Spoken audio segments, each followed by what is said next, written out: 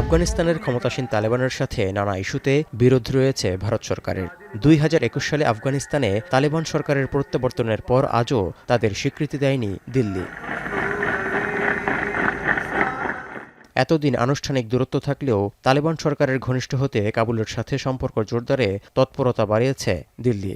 সম্প্রতি আফগানিস্তানের ভারপ্রাপ্ত পররাষ্ট্রমন্ত্রী আমির খান মুত্তাকির সঙ্গে দুবাইয়ে বৈঠক করেছেন ভারতের পররাষ্ট্র সচিব বিক্রম মিসরি। এদিকে পাকিস্তানের সাথে বৈরিতা চরমে তালেবানের। গত ডিসেম্বরে সীমান্ত লাগোয়া আফগানিস্তানের পূর্বাঞ্চলীয় পাকটিকা প্রদেশে পাকিস্তানি বিমান হামলায় কমপক্ষে অর্ধশত নিহত হওয়ার পর ফুঁসে ওঠে তালেবান সরকার। পরে তাদের পাল্টা হামলায় পাকিস্তানের ১৯ সেনা সদস্য নিহত হয়। এতেই অঞ্চলটিতে ভূ রাজনৈতিক বাস্তবতার পরিবর্তনের ইঙ্গিত মিলছে। এই অবস্থায় প্রশ্ন উঠেছে, কেন তালেবানকে বন্ধ করতে চাইছে ভারত? আন্তর্জাতিক গণমাধ্যম আল জাজিরার প্রতিবেদনে বলা হয়, গেল ডিসেম্বরে আফগানিস্তান পাকিস্তানের বৈরিতা চরমে পৌঁছানোর ঠিক ১ মাস আগেই মুম্বাইয়ের আফগান কনসুলেটে ইকরাম উদ্দিন কামিল নামে একজনকে ভারপ্রাপ্ত কনসাল হিসেবে নিয়োগ দিয়েছে তালেবান।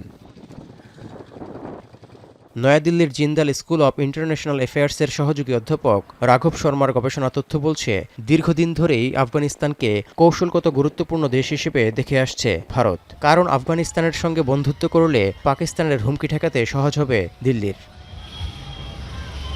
সাহায্য ও পুনর্গঠন কাজের জন্য গত ২০ বছরে আফগানিস্তানে $৩ বিলিয়ন বেশি বিনিয়োগ করেছে ভারত।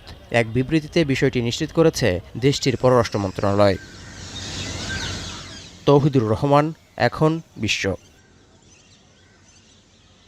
শিয়া বাটার ও ভিটামিন ই সমৃদ্ধ lily glam beauty soap. Lily, always beautiful.